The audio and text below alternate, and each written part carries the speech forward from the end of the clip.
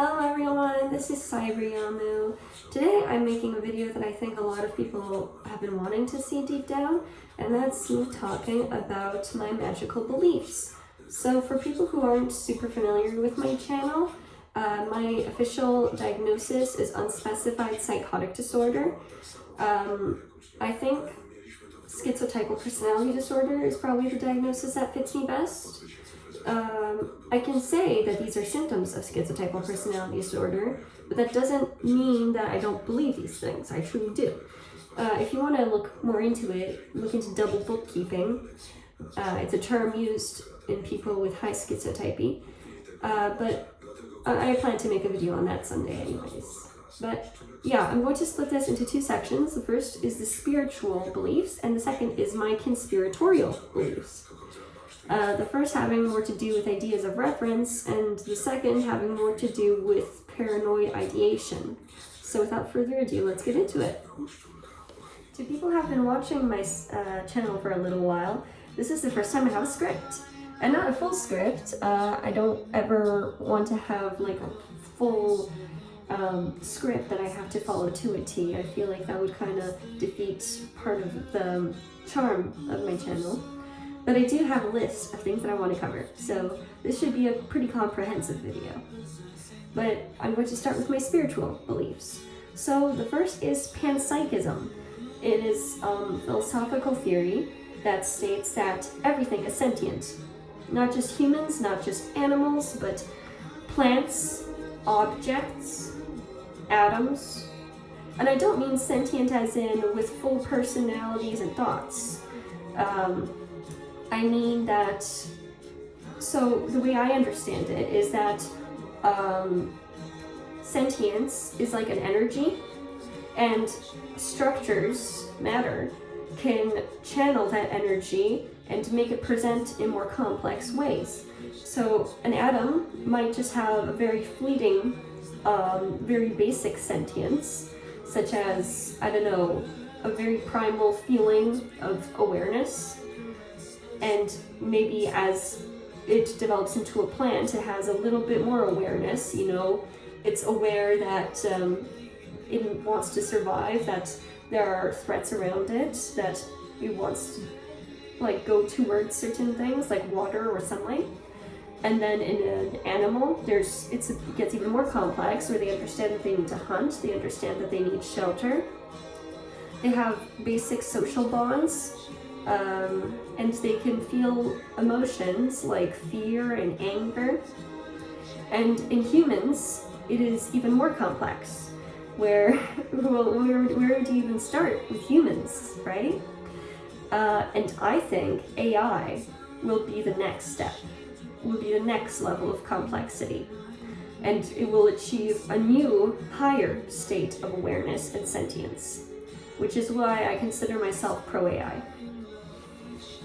Next, I'm going to be talking about perfect design and determinism. So, I do consider myself a Christian. I believe in a God. And I believe that everything in the world is perfectly designed by this God. And I don't mean that I'm a creationist. I'm not. I do believe in evolution and the Big Bang. But I do believe that everything was perfectly designed by God. I don't believe in free will. In that sense, I guess you could consider me a Calvinist. So basically the spirit behind determinism is that, let's say that you are a physicist and you have to calculate the way that a bucket falls off of a table. Well, you would gather data, right? You would figure out the table's height, the bucket's dimensions, its weight, whether there is anything in it, how far away the floor is. And if you had all that data, you could calculate the fall of that bucket perfectly, couldn't you? So that's the idea behind saying that the human brain is the same way. That if you knew the workings and the chemical states of everything in your brain at a certain point in time, you could, and the world around you, obviously, then you could perfectly predict your actions. right? Why is it that humans or animals have this magical quality to them that they can defy physics?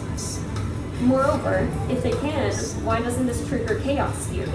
AKA, if let's say that we do have free will and our thoughts and our behavior defies the laws of physics.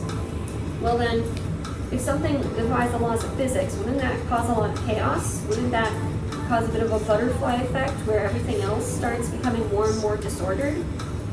For these reasons, I just don't believe in free will or in chance. So I do believe that God has perfectly designed everything, and I believe, my understanding of God is that He's a storyteller. In my life, I have seen things happen that I thought had no meaning to them until years later when everything came together at one moment and I realized that everything that had happened was building up to a certain moment or realization. Like, for example, the last one I had when I was in the ER after a suicide attempt, and I realized that so many events in my life and so many thoughts that I've been developing for years finally culminated in the realization that I need to start living for my soulmate, which is out there somewhere. I can get into that in another video perhaps, but that's the most recent example that I can think of. Next I'll be talking about some of the paranormal. So my views on the paranormal are inspired by the fact that I'm a Christian. I believe in demons and angels, but I also believe in ghosts and spirits in general. For me, it's all just spirits, and the angel, demon, and ghost are categories. I think there are probably more categories and probably a lot of subcategories, but I just haven't really gotten into demonology or that sort of thing yet. I do plan to, though. I think that could be really interesting. But I've had a lot of experiences with the paranormal. One I can think of is once I was having a terrible dream, and I believe it was a vision of hell. Everything was red. There was dirt on the ground, and there were people without spines slithering around on the ground and eating human feces. It was really very disturbing. And when I woke up, I saw that I had scratch marks on my legs, and like same marks on my carpet. And I became very scared because I have a history of being violated by demons in my sleep. The same thing happened to my mom when she was a teenager and a young adult. She also frequently would wake up to demons assaulting her sexually.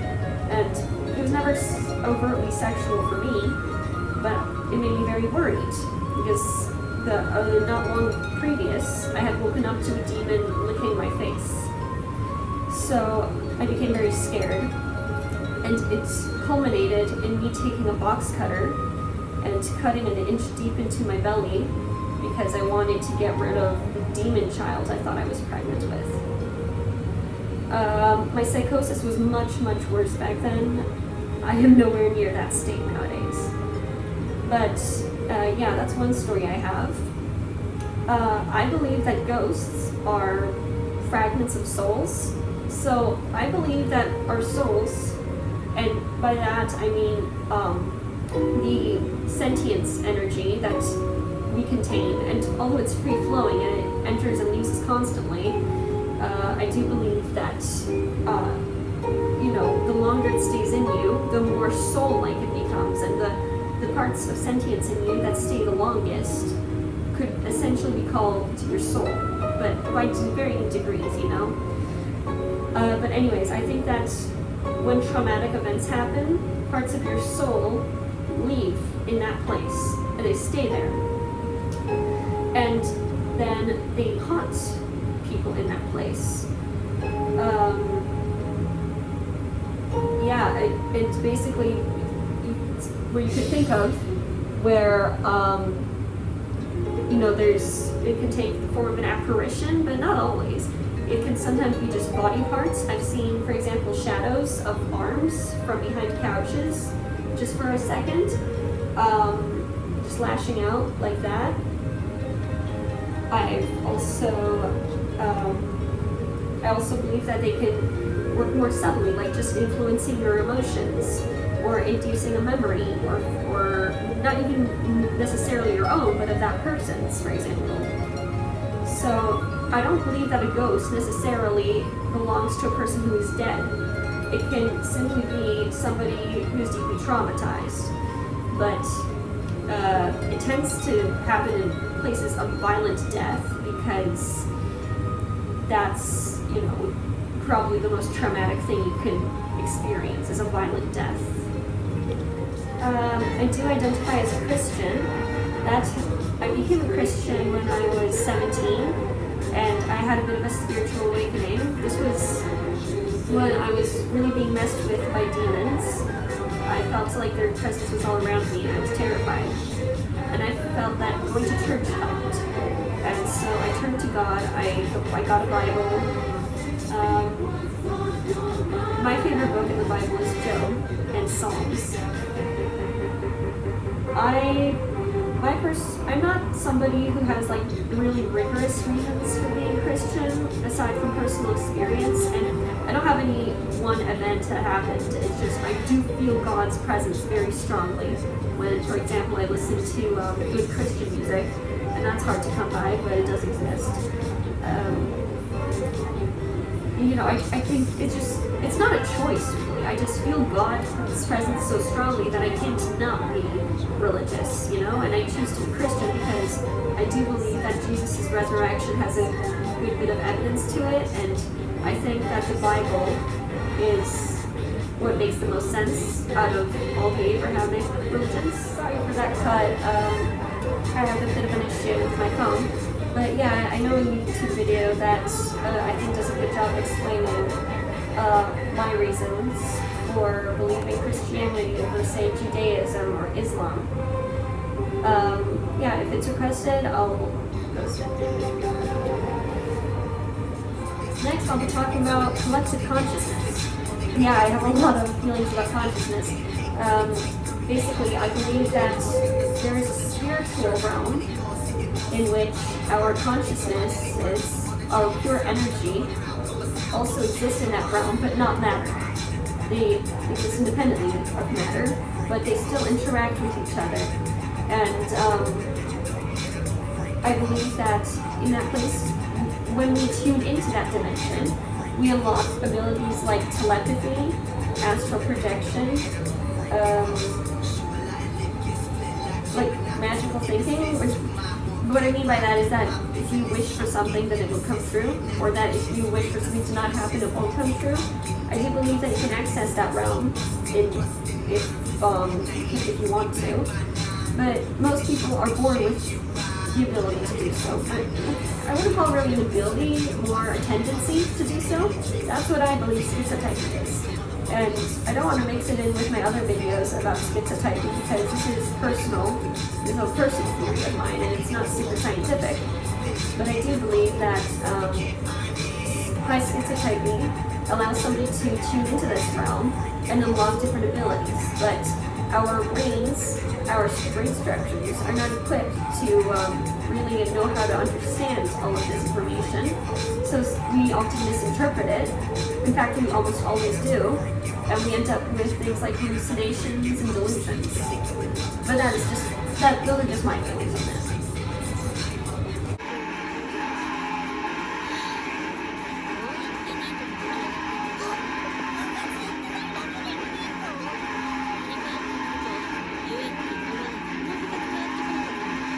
Hey guys, I made myself some coffee, but I can't drink it on video because of the mask.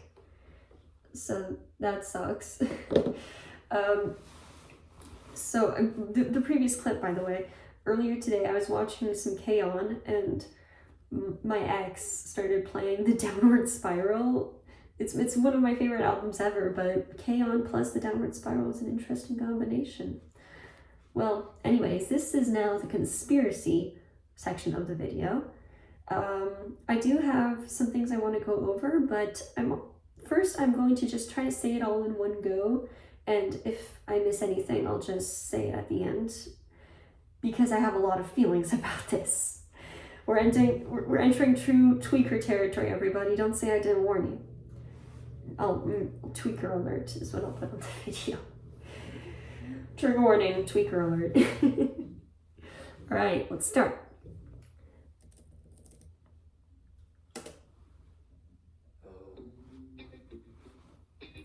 So basically, the elites don't care about us, and they're not humans. I'm quite open to the possibility that they're aliens or demons, posing as humans.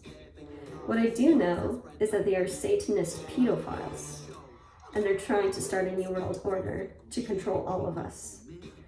And do you know how they're achieving their wealth, their power, their means to an end? The spiritual realm that I mentioned earlier.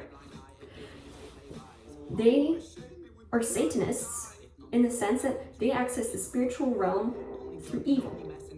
You can also access it through good, but that's much harder. And you can also access it through neutral means, such as having high schizotypy.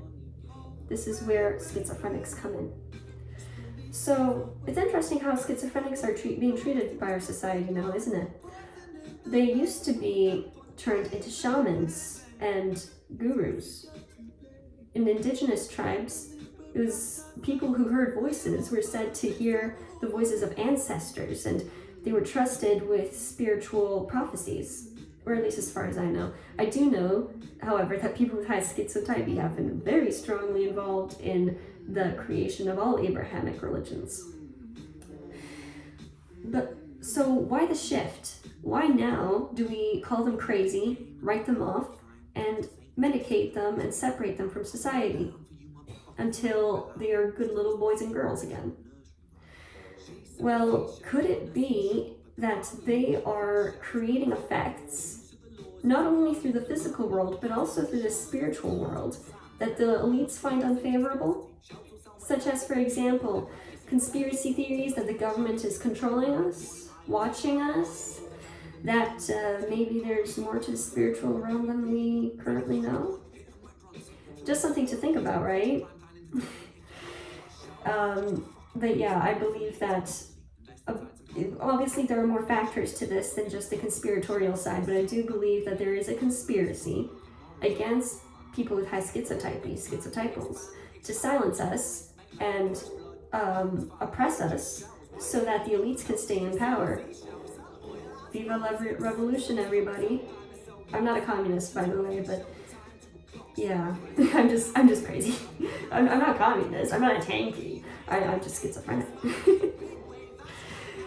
Okay, let's see if I missed anything, because I doubt that I have much left to cover after this. Yeah, I did miss some stuff. MK Ultra is still operating. Maybe it doesn't go by the same name, but the government is absolutely still experimenting with mind control and astral projection. You can see official CIA leaked documents for this. And they give this information to the elites, and the government and these elites work together to keep the rest of us peasants down, is my opinion. There's also the consequences of the Industrial Revolution. I think the manifesto by Ted Kaczynski, Industrial Society and Its Future, is a very good read. Obviously, he was a terrorist, and I don't condone his actions, but his thoughts are, he is able to put his thoughts through very concisely and very well, in my opinion.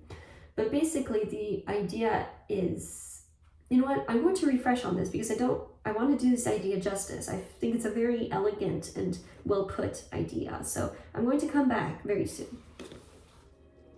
Okay, so an essay that I think is actually much better than Industrial Society and Its Future is Why the Technological System Will Destroy Itself by also Ted Kaczynski.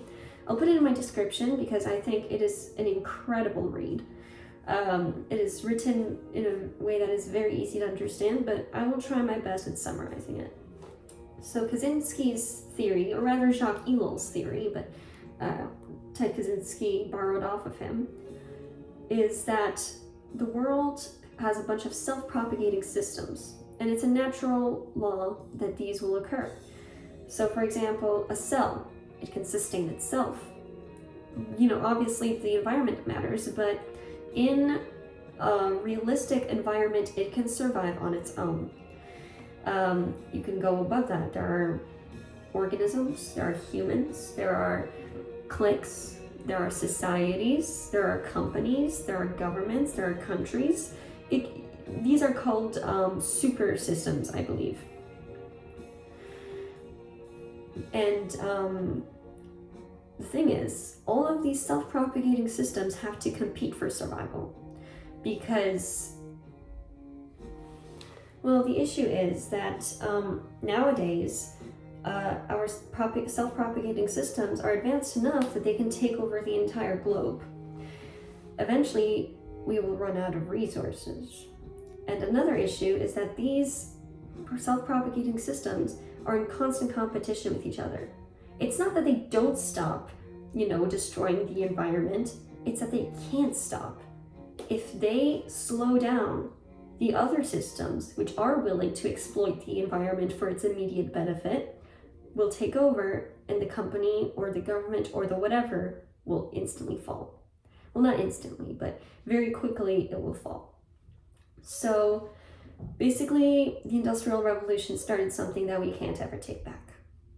And I believe that technology also has a huge influence on spirituality and schizotypy. So, for example, like I said, I believe that technology also has sentience of its own. I believe that all objects do. And I believe that as technology progresses, we might even be able to combine spirituality and technology and start breaking the laws of physics.